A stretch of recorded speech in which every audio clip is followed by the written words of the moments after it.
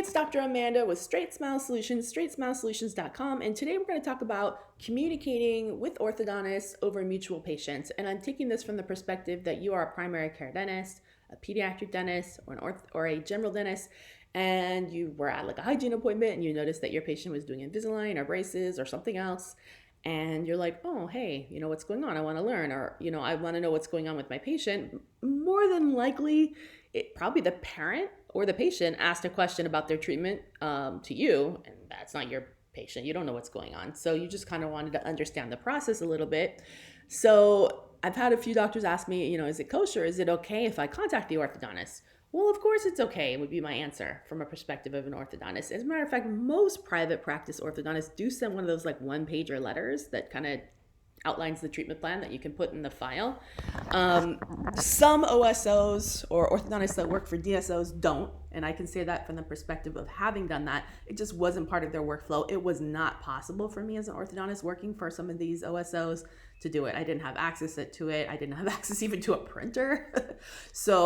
And I couldn't do it from home because I didn't have access to the charts from home. So it just was impossible. So I would just wait for the general dentist to prompt, or the pediatric dentist to prompt and contact me. And then I'd be super glad to talk to them over the phone. Or my team could send them a copy of the treatment plan, from the chart printed out. That wasn't a big deal upon request. But if you need to make that phone call, someone asked me what the scripting would be. And this is kind of about what I would say. And you will not offend this person at all. If you do offend this person, don't send this person any more patients if you are actively sending referrals. But I mean, personally, if you're sending referrals and they're not sending a little treatment summary, then I would stop saying, I would let them know, hey, look, we're not going to send you more referrals because you guys aren't telling us what's going on. Well, that quickly changes that narrative. So yeah, just give them a courtesy call. Hey, okay, let's say I'm the general dentist, okay, and my name is Dr. GP, and the orthodontist is Dr. Ortho, and the patient is patient XYZ, okay? So, hey, my name is Dr. GP. I'm calling about mutual patient XYZ. I understand XYZ started orthodontics with you in March.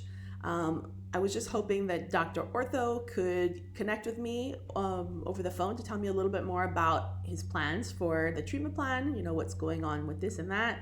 Or perhaps you can send me a copy of the treatment plan and the records just so I have it for my files, one or the other. And usually the front desk will say, yeah, of course, sure, no problem. You should get that within a week or a phone call within a few days. If you don't, you follow up. Certainly, if you've made that call and you haven't received anything back, next time the patient calls or asks you, say, hey, look, sorry, I tried contacting them and they didn't call me back. Then what you can do is you can get a release if you need to of records, which you already have. You should have a copy in your office of that. Give it to the patient walks it in and gets a copy. That's the other way. I mean, sometimes they're just so incredibly disorganized that they don't get around to it. But if the patient hands them that release, they have to give the patient the records. Sometimes it's a nominal copying fee of $5. Personally, I think that's pretty lame. If an orthodontist charges a patient a fee to get a copy of the records to give to their own general dentist, it might be different if you're transferring, but as long as you were staying, I would think that's poor class if they did that. But I mean, I'm not saying it's not done. But anyways, that's pretty much it. No one's going to be offended. And if they were offended, I would certainly not send them any more patients. So they should feel free to share what's going on with the patient's primary care dentist. You guys are a triangle in terms that all the two doctors and the patient should be working together on the treatment plan, and everyone should be in the loop. So anyways, hopefully that was helpful and I give you the confidence to reach out to the orthodontist. All right, thanks. Bye-bye.